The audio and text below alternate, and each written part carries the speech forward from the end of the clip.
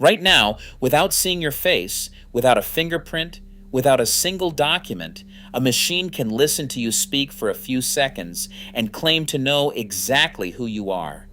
Because your voice, we've been told for decades, is unlike anyone else's alive, as unique as a fingerprint, impossible to fake. There's just one problem with that idea. It isn't true. And the story of how the world came to believe it and where it quietly fell apart runs from a 1960s crime lab, through courtrooms that sent real people to prison, all the way to a phone call in 2024 that cost a single company around $25 million. Welcome to Breakdownz, the story behind everything. Today, what actually makes your voice yours, and why the thing you've always heard about it is a myth. Let's start with how a voice is even made, because it's stranger than it sounds. You are quite literally a wind instrument. It begins in your lungs, pushing a column of air upward. That air hits two small folds of tissue in your throat, your vocal folds, and makes them flutter open and shut hundreds of times a second. That flutter is the raw buzz of your voice, and how fast it happens sets your pitch. But that buzz, on its own, sounds like almost nothing. What turns it into you happens next. Above those vibrating folds sits your vocal tract, your throat, your mouth, your tongue, your nasal cavity, your lips. That whole cavity acts like a filter, sculpting the raw buzz, amplifying some tones, muffling others. Scientists have a name for this. The Swedish researcher Gunnar Fant laid it out in 1960 and called it source filter theory. The vocal folds are the source. Everything above them is the filter. Change the shape of that filter, and you change the entire character of the sound. Here's the part that matters. The size of your vocal folds, the length of your throat, the shape of your mouth. That's anatomy. It's mostly fixed, and it really is unusual to you. So far, so good for the fingerprint idea. But if you thought your voice was purely a piece of hardware, this is where it gets complicated. Because a huge part of what makes your voice recognizable isn't your anatomy at all. It's behavior, your accent, the rhythm you fall into, the way you stretch certain vowels, the little habits you picked up from your family and your hometown without ever deciding to. That half of your voice is learned. And anything learned can shift from one day to the next, one mood to the next, one sentence to the next. Hold on to that idea because it's about to demolish a multi-million-dollar technology. Back in 1962, an engineer at Bell Labs named Lawrence Kirsta looked at a machine that could draw a picture of sound, a spectrogram, and had a bold thought. If every voice is unique, then these pictures should be unique too. He gave the idea a name that would stick for the next 60 years. He called it the Voiceprint. And the comparison he reached for was deliberate. Voiceprints, he suggested, could identify a person just like fingerprints. It was a sensational claim, and it landed exactly when police wanted it. By 1966, Kirsta was testifying in court as the first ever voice identification expert. Prosecutors loved it.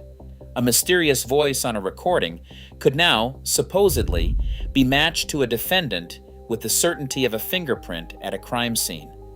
There was only one thing missing: proof that it actually worked.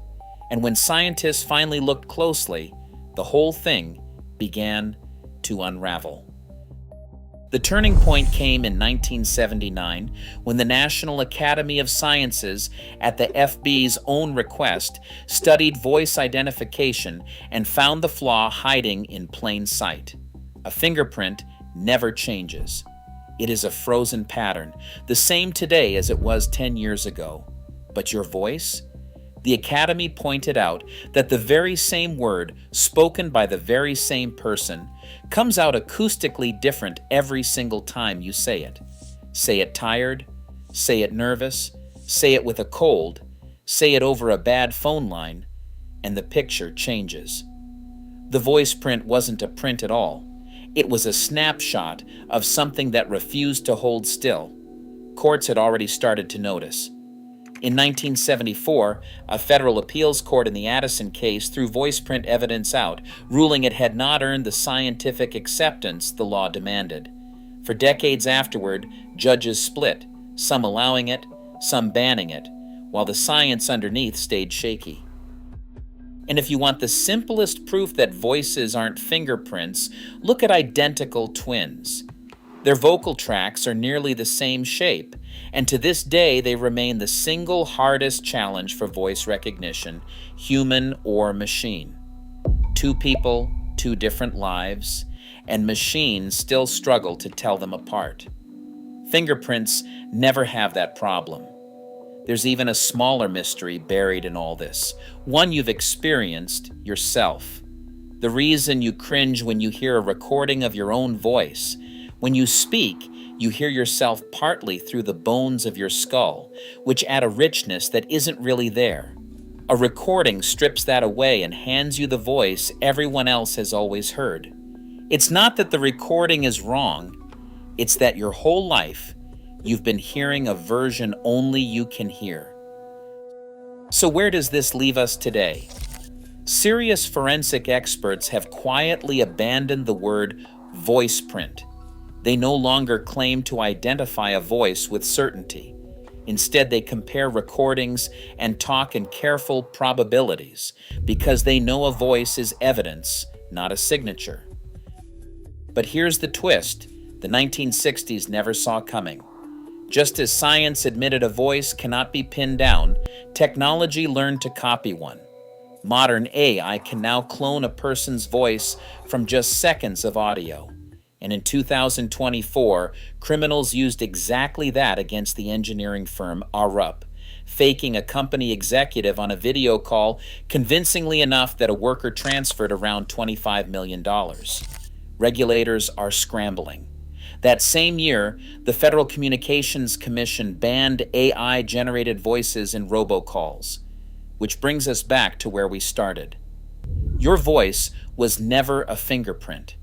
It was always something more fragile and more human than that. Half the body you were born with, half the life you've lived, and never exactly the same twice. That was its beauty. And now, in the age of the machine, it may also be its weakness.